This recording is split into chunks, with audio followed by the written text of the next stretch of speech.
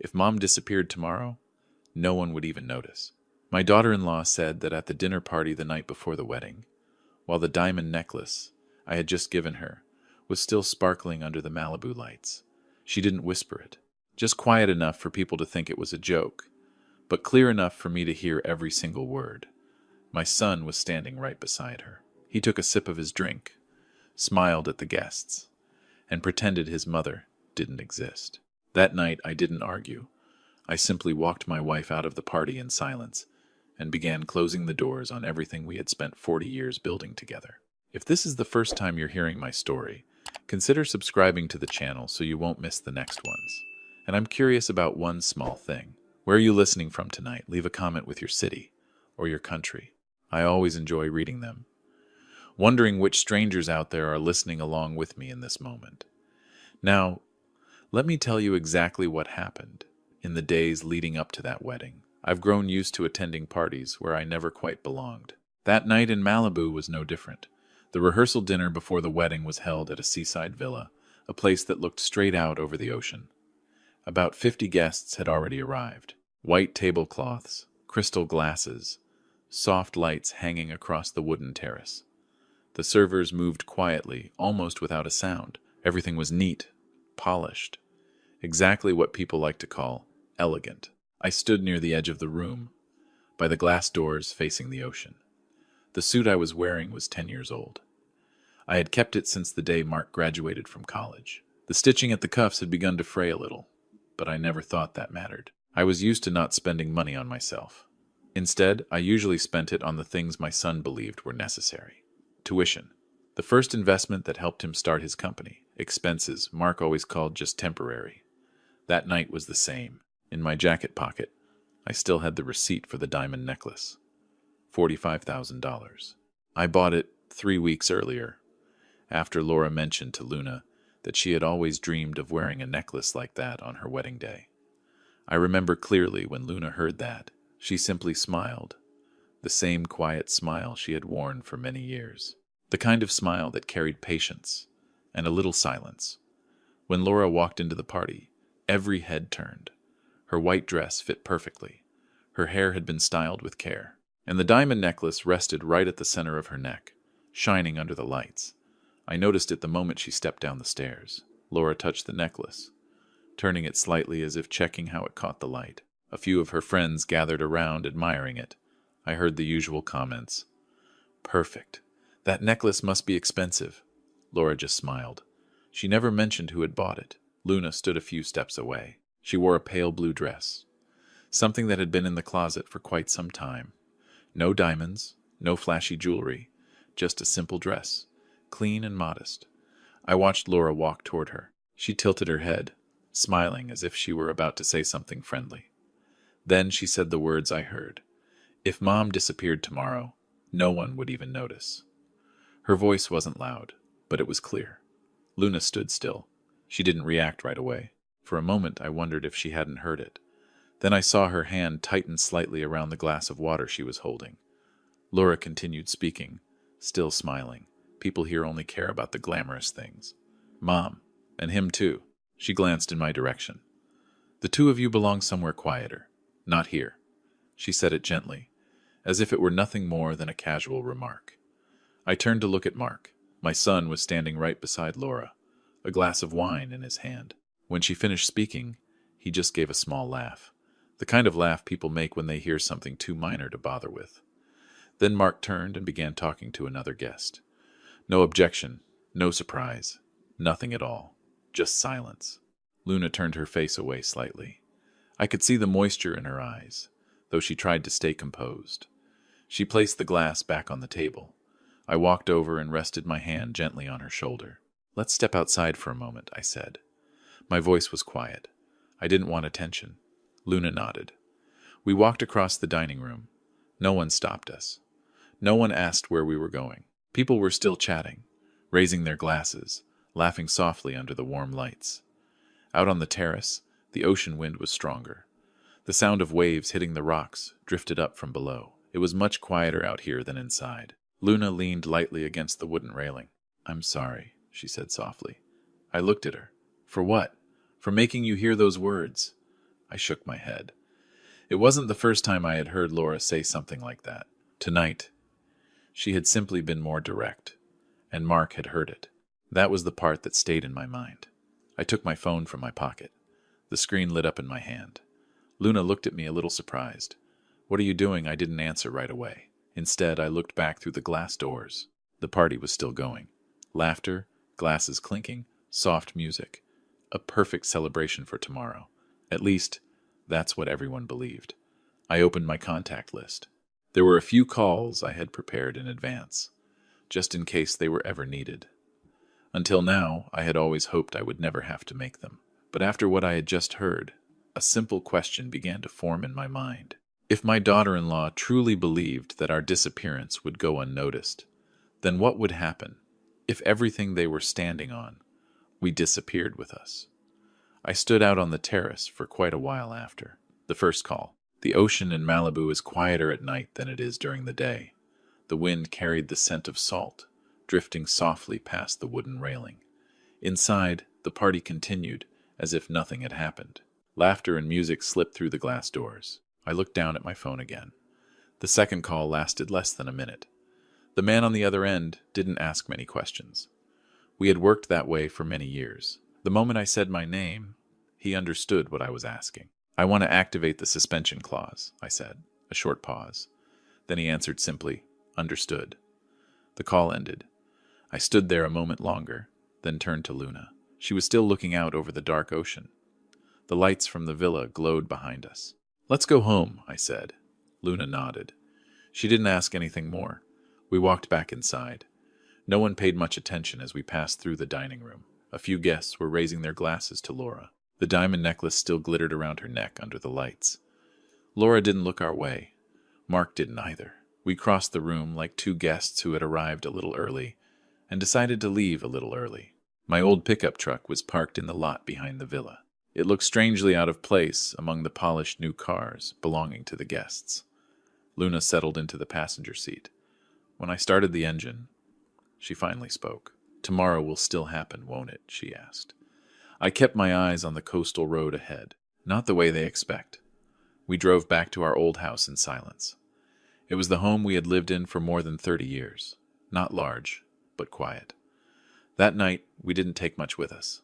Just one small suitcase. Luna folded a few sets of clothes. I collected a handful of documents from the drawer in my study. Most of our belongings remained exactly where they had always been. Before we left, I stepped back into the master bedroom. On Luna's dressing table sat a red envelope. I had placed it there before we locked the door. Inside was a copy of the rental contract for the Malibu villa, and a short note, only a few lines. I didn't think Laura would read it that night, but the next morning, she certainly would. We left the house before midnight. The pickup truck rolled along the dark coastal road. Streetlights were scattered and distant. The ocean waves murmured somewhere far off. Luna leaned her head against the window. "Are you sure about this?" she asked softly. I knew what she meant. 40 years ago, when Mark was still a little boy, I promised myself I would always help him stand on his own feet. And for many years, I kept that promise. But sometimes, helping someone stand makes them forget how to do it themselves. "I'm only closing things that were never truly theirs," I said. Luna didn't reply. The next morning, my phone started vibrating very early. The first call came at 7 o'clock. It was Mark. I let it ring for a moment before answering. "Dad, where are you?" His voice sounded tense. "Do you know what's happening?" I sat beside the window of the small house we had rented for the time being. "What's happening?" I asked. "My cards are being declined everywhere," Mark said quickly. "The company accounts too. The bank says the system has been frozen." I looked out at the quiet street. Mornings in this neighborhood were peaceful. "Maybe they're reviewing a few clauses," I said. Mark was silent for a few seconds. "You need to call them right now," he said. "Today is my wedding day." I didn't answer right away. On the other end of the line, I could hear Laura saying something urgently. Then Mark continued. "There's something else. The villa manager just called. He said the rental contract has been canceled. They want everyone out before noon." I nodded slightly, though Mark couldn't see me. "I know." "You know," Mark's voice rose. "Did you do this?" I didn't deny it. Silence stretched between us. "You can't do this," Mark said. "There are more than 50 guests here. The film crew, the makeup team, everyone is waiting. Then they should go home, I said. You're ruining my wedding. I sat a little straighter. No, I said slowly. I'm just stopping the funding. Mark let out a sharp breath. You're overreacting because of one meaningless comment last night. I remembered Laura's voice on the terrace. If Mom disappeared tomorrow, no one would even notice. My voice remained calm. Maybe to you it was meaningless, I said. To me, it was very clear. Mark started to say something else, but I had already ended the call. My phone vibrated a few more times after that. I didn't answer. About an hour later, I received a message from an unfamiliar number. Just a photo. In the picture, the lobby of the Malibu villa was filled with guests. A group of staff members were speaking with them. Several suitcases had already been pulled outside. The message beneath the photo was short. The contract has been closed as requested. I set the phone down on the table. Luna was sitting across from me, holding a warm cup of tea. So, the party is over, she asked. I looked at her for a moment. No, I said quietly. It's only just beginning, and I knew very well. Mark and Laura were not going to let things end there. That morning passed slowly. Luna sat near the window while I went over a few documents that had been prepared ahead of time. The small house we had rented for the moment sat on a quiet street, just a few blocks from the ocean. Not many cars passed by. Now and then the wind drifted through the trees in front of the porch. Close to noon, I heard the sharp sound of brakes outside the gate. It was a familiar enough sound. I already knew who had arrived. Luna looked at me. Mark, she asked. I closed the folder and placed it on the table. Most likely. Less than 10 seconds later, the front door was pushed open. Quick footsteps echoed through the living room. Mark appeared in the doorway. His shirt was still neatly pressed from the morning, but the confidence he wore the night before was gone. Laura stood right behind him. Her hair was still carefully styled, though her makeup had faded quite a bit. Mark looked around the small room, as if searching for something familiar. What are you doing, Dad? He said almost immediately. I didn't stand. I simply gestured toward the chair across from me. Mark didn't sit. You freeze my accounts, cancel the villa contract, and disappear all night. Do you think this is some kind of joke? His voice was louder than usual. Laura stepped forward. Do you have any idea what we had to deal with this morning? She said. Everyone kept asking what was going on. You made us look ridiculous. I studied the two of them for a moment. For years, Mark had grown used to walking into a room and finding everything already arranged for him. Perhaps this was the first time he had stepped into a room where things were no longer on his side. Did you come here to talk? I said slowly, or just to shout. Mark clenched his hands. I need you to unlock my accounts, he said. Right now. Laura nodded immediately. And call the villa manager. They can't just throw us out like that. I glanced at the small table beside my chair. A thick brown envelope sat there. I picked it up and placed it gently in front of Mark. Before we talk about the accounts, I said there are a few things you should look at. Mark opened the envelope with clear irritation. Inside were several neatly printed contracts. He flipped open the first page. When he reached the third line, his expression changed. What is this? Mark asked. Loan documents, I replied. Mark flipped to the next page. Laura leaned closer to read. That's not right, Mark said. That company is mine. Of course, I said. But where did the original capital come from? Mark didn't answer immediately. So I continued. When you started the company 5 years ago, you told me the bank refused your loan application. Your financial record wasn't strong enough. So I stepped in and provided the funds. I remember, Mark said, but you said it was help. I said it was a loan, I corrected calmly. With conditions. Laura stared at me in disbelief. You're joking, right? She said. Who writes contracts with their own son? I do. The room grew even quieter. Mark kept turning the pages. On the final page, both signatures were there. His and mine. He looked up. You can't activate this clause, Mark said. The company is operating. I'm not closing the company, I said. I'm only pausing the funding you've been using. Laura crossed her arms. Fine, she said. We still have the car. I nodded slowly. That car has paperwork too. Mark searched through the envelope again. After a few seconds, he found the vehicle registration. The owner's name sat on the first line. Robert Hayes. Mark stared at the name for a long moment. You said that car was a wedding gift, he said. I said it would be a gift when you were ready to stand on your own, I replied. Those two things aren't exactly the same. Laura exhaled sharply. You're trying to corner us, she said. I shook my head. No. I'm simply reclaiming what was always mine. Mark placed the documents back on the table. So, what do you want? He asked. That question came out slower, but heavier than everything before it. I looked directly at my son. The car keys, I said. Mark didn't move. And the credit card you've been using, I added. Laura let out a dry laugh. You're serious? I didn't answer her. Mark looked at Laura, then back at me. Finally, he reached into his pocket and placed the car keys on the table. The sound of metal touching wood was small, but in that quiet room it was clear. I reached out and took them. The card, I said. Slowly, Mark set the credit card beside the keys. At that moment, I noticed a few neighbors standing out on the porch. They had probably heard the raised voices earlier. No one spoke. Laura glanced around the room, then looked back at me with a colder expression than the night before. You think this ends here, she said. I stood up and picked up the envelope. No, I said, but from now on, everything will be much clearer. Mark didn't say another word. He turned and walked out the door. Laura followed behind him, her heels tapping sharply against the wooden floor. The door closed. The room fell quiet again. Luna looked at me for a moment. Are you all right? She asked. I set the car keys down on the table. I'm all right, I said, but I knew one thing very clearly. When people grow used to living in a house built with someone else's money, the moment that house disappears is rarely the end. More often, it's when the truth finally begins to show. After that day, Mark never called me again. Laura didn't either. Our little house slowly returned to its quiet rhythm. In the mornings, I made coffee. Luna sat by the window reading a book, sometimes pausing to ask me what day it was. Questions like that used to worry me, but lately I've learned to answer them more gently. 1 week passed, then 2. During that time, I heard news about Mark through very ordinary channels. An old friend at the bank called to ask if everything was all right. Another acquaintance mentioned that Mark's company was struggling because several payments had been suspended. I didn't comment. Those things were no longer in my hands. Near the end of the month, I received an invitation. It was a simple card from a community organization in downtown Los Angeles. They were hosting a fundraising event for a program that supports elderly people living alone. I had worked with them a few years earlier. Luna held the invitation for quite a while after I gave it to her. We should go, she said.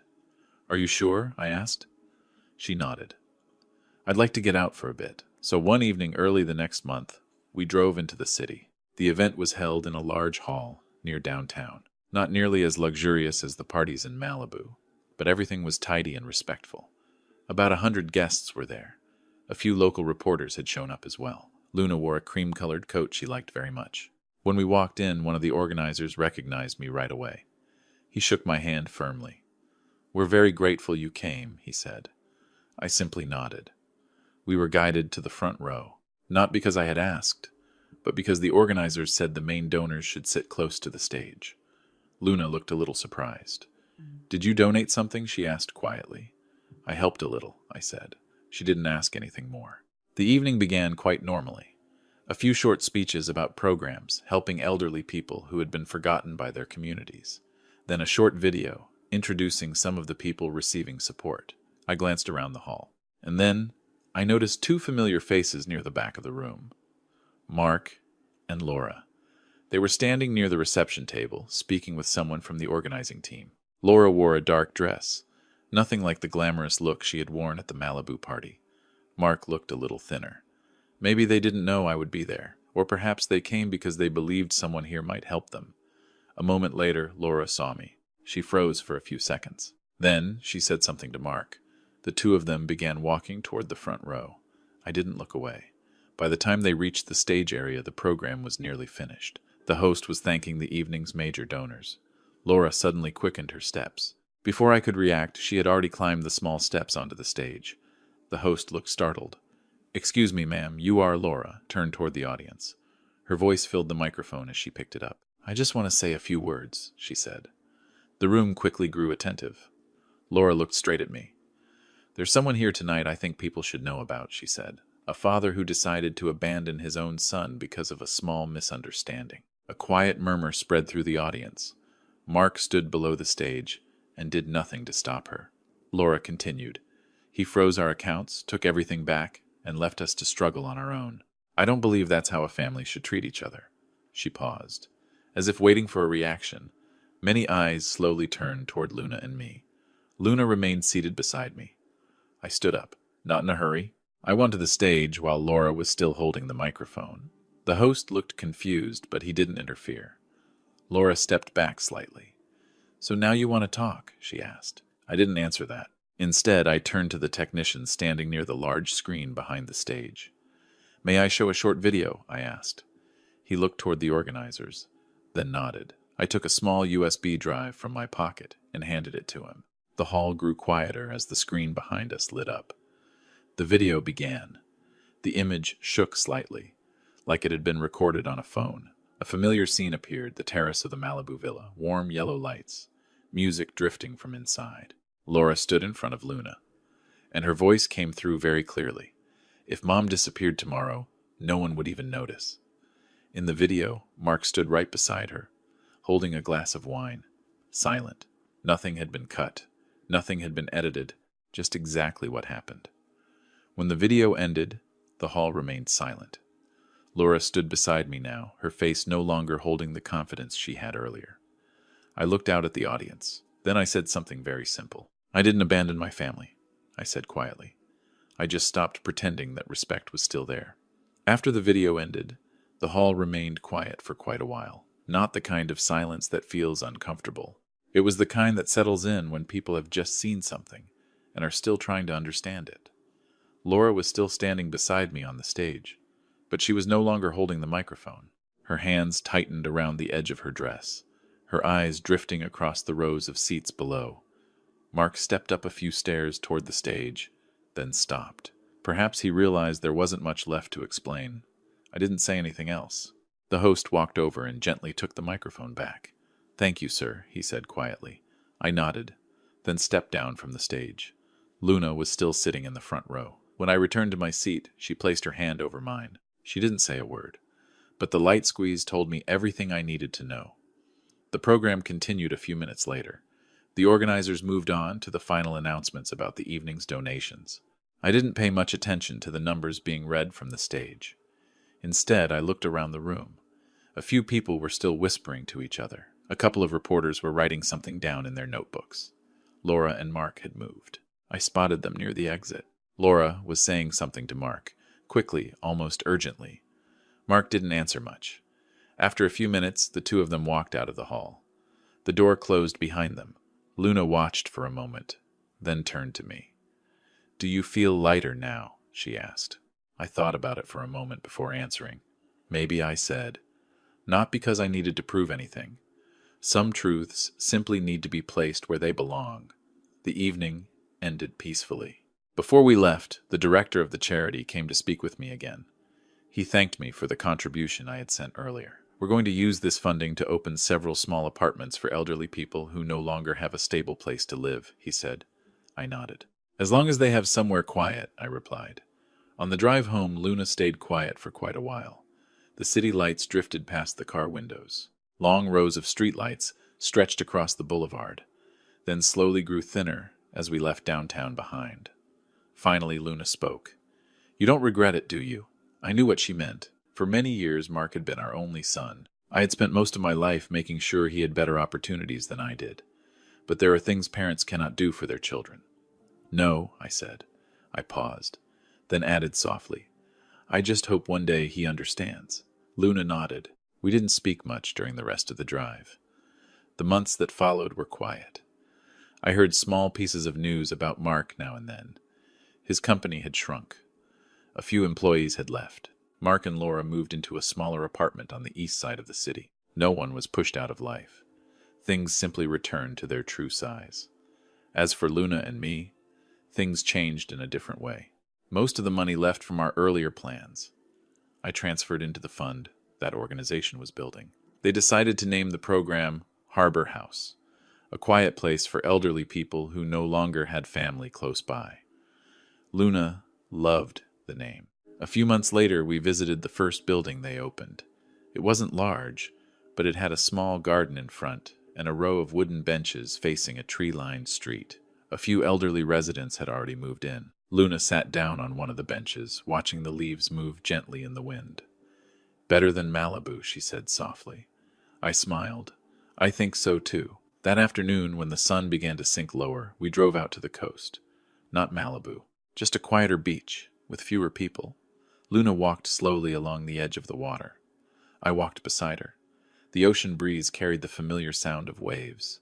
I reached into my jacket and took out an old photograph. It was taken the day Mark and Laura announced their engagement. The four of us stood together in the frame. I looked at the photo for a long moment. Then I tore it into a few small pieces, not out of anger. Sometimes, certain memories simply need to close, so calmer days can begin. The pieces of paper drifted away in the ocean, wind, slowly disappearing into the air.